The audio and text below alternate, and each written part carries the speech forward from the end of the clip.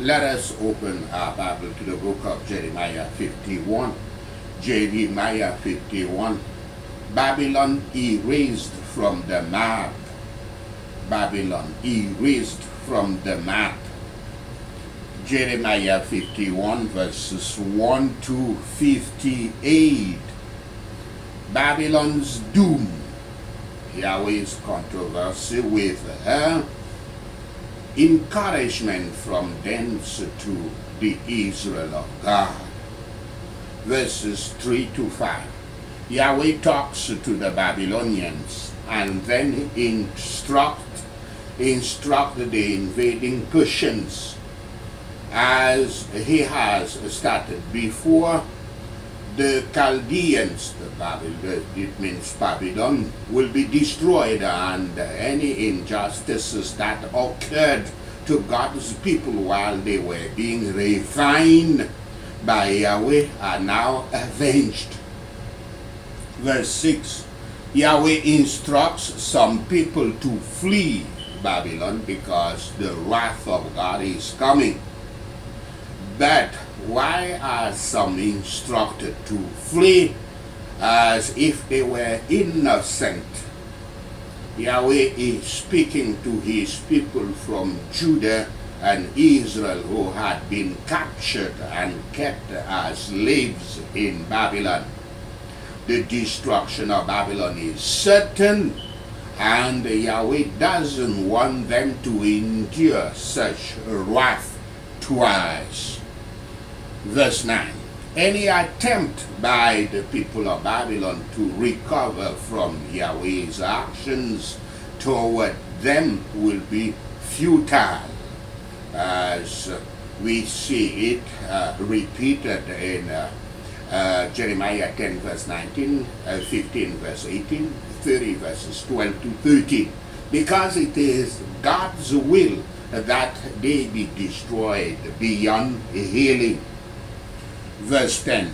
The remnant of Israel and Judah see the destruction of Babylon as a vindication for injustices they endured from the Babylonians during their own punishment from Yahweh. Verses 11 to 12. Even more forces are awakened against Babylon to perform the Lord's work, and these particular people, the Medes, fulfill an earlier prophecy that they will participate in Babylon's fall. Verses 13 to 14. Babylon's placement near rivers has allowed it to amass great fortune, but the end has come for the land of Yahweh. The end has come from the hand of Yahweh. Verses 15 to 16. Yahweh reminds the listener of his work as creator and sustainer of all creation. This section is highly reminiscent of not only Genesis, but also earlier passages of in Jeremiah, where Yahweh contrasts his nature as true God against the false created gods Judah has turned to. Verses 17 to 19. Yahweh is the creator, and the people are the created and creatures. When human beings try to create as Yahweh creates, they reveal their foolishness. The idols and gods they create from their own limited minds and worthless are just worthless. They are all worthless, and those who do such things will be punished. Yahweh is the one true God. The definition of idolatry, according to Webster, is the worship of idols or excessive devotion, or The worship of idols or excessive devotion to or reverence for, some people think. An idol is anything that replaces the one true God, Yahweh. The most prevalent form of idolatry in scriptures was the worship of images that were thought to embody the various pagan deities of Egypt, Canaan, Babylon, and other nations. Today, idolatry is the worship of various spirits, humans, systems, institutions, wealth, and symbols. Yahweh considers idolatry a detestable thing because the proud and arrogant who create idols with their own hands ambition to be like God. They pretend to compete with Yahweh in creating their own creatures. Yet the idolater cannot give the breath of life, a soul, to his idol, and even less a spirit to his created object, except to expose himself to the devil's deception through his demons. I quote, "Of what value is an idol carved by a craftsman, or an image that teaches lies? For the one who makes it trust in his own creation. He makes idols that cannot speak. Woe to him who says to wood, 'Come to life,' or to lifeless stone, 'Wake up.' Can it give guidance? It is covered with gold and silver. There is no breath in it." End of quote. This is a quote of Habakkuk 2, verses 18 to 19. Verses 20 to 24. Yahweh uses anyone he wishes. He uses his creatures to do his work. In this case, he must punish those Babylonians and Chaldeans who let themselves act on their own wills and not of the will of God.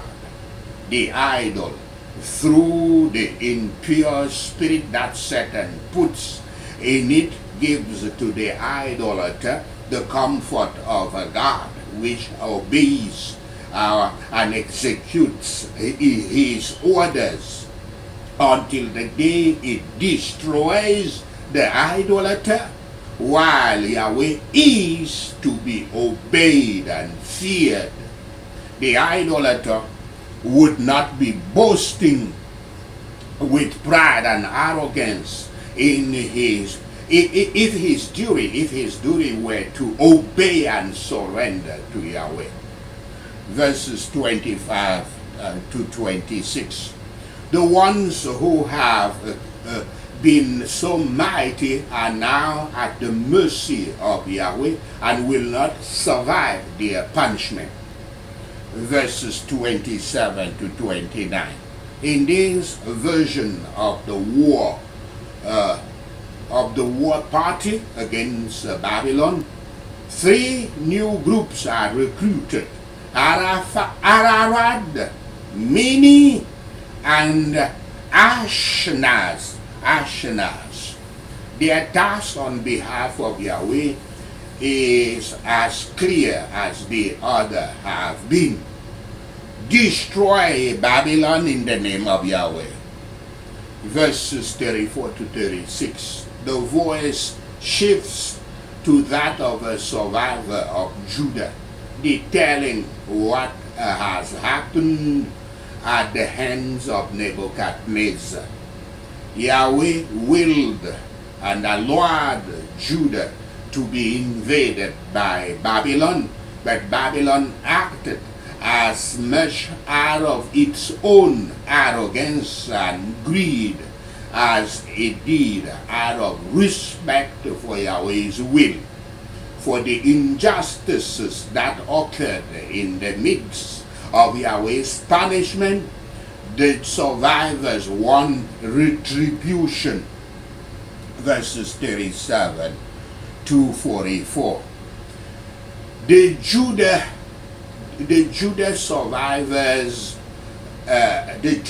survivors' desire is fulfilled.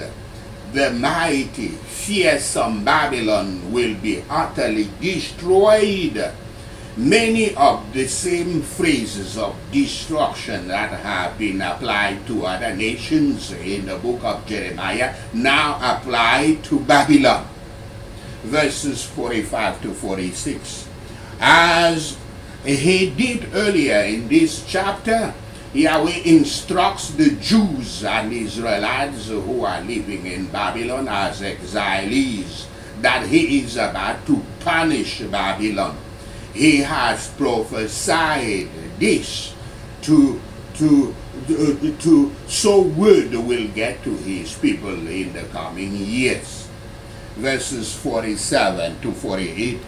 The fact that Yahweh is speaking to his people personally and trying to comfort them with details of Babylon's destruction indicates that, as seen earlier in Jeremiah, the prophet and priest functions still exist even after war and exile. Yahweh wants his people to know that the coming wrath is targeted toward Babylon. Verses 49 to 50. One of the reasons for Yahweh's punishment of Babylon is that its people were excessive in their treatment of Judah, in addition to the destruction of Jerusalem's temple of Yahweh. Now, vengeance must be had for the Jews who were killed. Those Jews who survived must now flee and remember Yahweh and Jerusalem. Verses 52 to 53. Babylon's punishment is coming because of its arrogance and its worship of false gods. Her former power, which Babylonians thought was the fruit of their own might and idols, cannot save them. Verses 57 to 58. Babylon's leaders become drunk with arrogance and power, so much so that they will not survive. The city itself will not survive either. Its walls will be destroyed and its remains will be burned down. To sum up, the particulars of this prophecy are dispersed and interwoven, and the same things left and returned to again. Babylon is abundant in treasures, yet neither her waters, nor her wealth, nor her idols shall secure her. Destruction comes when they did not think of it, as their idols could not see it coming. Because impure spirits the impure spirit cannot see the future. Wherever we are, in the greatest depth, at the greatest distances, we are to remember Yahweh our God. And in the times of the greatest fears and hopes, it is most needful to remember Yahweh. The feeling of excitement by Babylon's fall is the same with the New Testament Babylon, as in Revelation 18 verses 9 and 19. The ruin of all who support idolatry, infidelity, and superstition is needed for the revival of true godliness, and the threatening prophecies in Scripture yield comfort in this view. The great seat of anti-Christian tyranny, idolatry, and superstition, the prosecutor of true Christ followers is as certainly doomed to destruction as ancient Babylon. Then will vast multitudes mourn for sin and seek Yahweh. Then will the lost sheep of the house of Israel be brought back to the fold of the good shepherd, and stay no more, and stray no more. And the exact fulfillment of these ancient prophecies encourages us to faith in all the promises and prophecies of the sacred scriptures. Jeremiah 51 verses 59 to 64. The sealing of Babylon's doom. Verses 59 to 61. This chapter closes with a specific message from Jeremiah to a man named Seraiah, Baruch's brother. Jeremiah is communicating with the Babylonians while Seraiah is traveling with the exiled Jews. Jeremiah writes all these messages in a single book or scroll, and he instructs Seraiah to read every bit of it as soon as they get to Babylon. Then tie it to a stone and throw it into the Euphrates River to seal Babylon's doom. Let the captives with faith see the end of these threatening powers and comfort themselves herewith. When we see what this world is, how glittering it shows, and how flattering its proposals, let us read in the book of Yahweh that it shall shortly be desolate. The book must be thrown into the river Euphrates. The fall of the New Testament Babylon is thus represented as in Revelations 18 verse 21. Those who sink under the weight of Yahweh's wrath and curse sink forever. Babylon and every antichrist will soon sink and rise no more forever. Let us hurry to him and hope in Yahweh's word and securely wait for his salvation. Then we will see but will not share the destruction of the wicked. Know this, and the Lord Yahweh will bless you. Amen. Let us take these prayer points. Let us pray Jeremiah chapter 51. Babylon, the modern day idolatrous and oppressing superpower, must fall because of its slaying of the Yahweh's people in the name of Yeshua. Just as the slain of all the earth have fallen because of Babylon, the world idolatrous and oppressing superpower must be laid waste in the name of Yeshua. You who escape the sword, live and do not linger. Remember Yahweh in a distant land and call to mind Jerusalem in the name of Yeshua. We are disgraced, for we have been insulted, and shame covers our face, because foreigners have entered the holy places of Yahweh's house in the name of Yeshua. But days are come when Yahweh will punish the superpowers' idols and throughout her land the wounded will groan in the name of Yeshua. Even if the superpower ascends to the heavens and fortifies her lofty stronghold, Yahweh will send destroyers against her in the name of Yeshua. The sound of a cry comes from the superpower nation, the sound of great destruction from the land of the arrogant. In the name of Yeshua, Yahweh will destroy modern day Babylon. He will silence her noisy din in the name of Yeshua. Waves of enemies will rage like great waters. The roar of their voices will resound against the superpower in the name of Yeshua.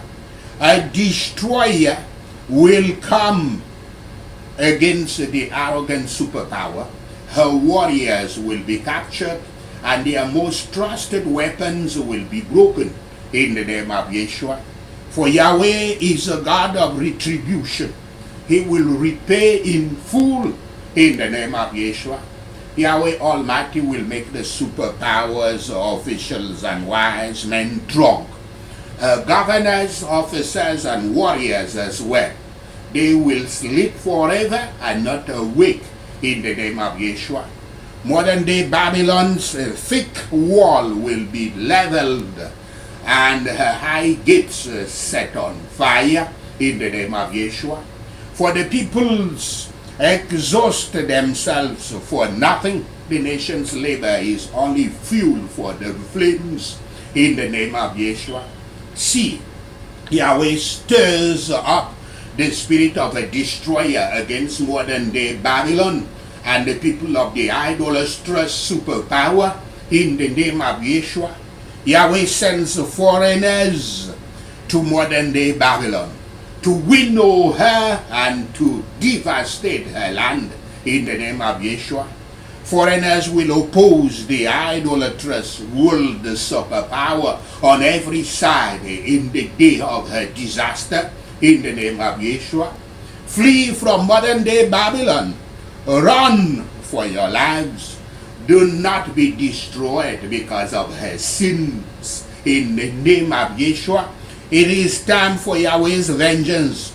He will repay modern day Babylon what she deserved in the name of Yeshua. Modern time Babylon was a gold cup in Yahweh's hand. She made the whole earth drunk in the name of Yeshua. The nations drunk the idolatrous oppressing superpowers wine. Therefore, they have now gone mad in the name of Yeshua. Modern day Babylon will suddenly fall and be broken. Well over her, get balm for her pain.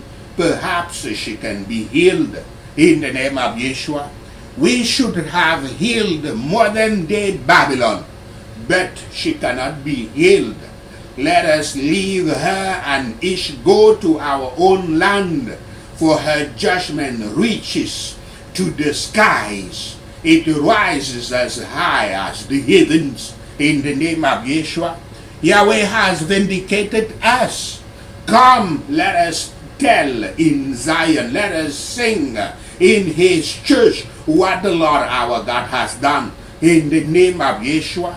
Sharpen the arrows, take up the shields. Yahweh has stirred up foreign kings because his purpose is to obey modern day Babylon. In the name of Yeshua, Yahweh takes vengeance for his temple, which modern day Babylon has desecrated and destroyed. In the name of Yeshua, you who live by many waters and are rich in treasures, your end has come. The time for you to be destroyed. In the name of Yeshua, Yahweh Almighty has won by himself.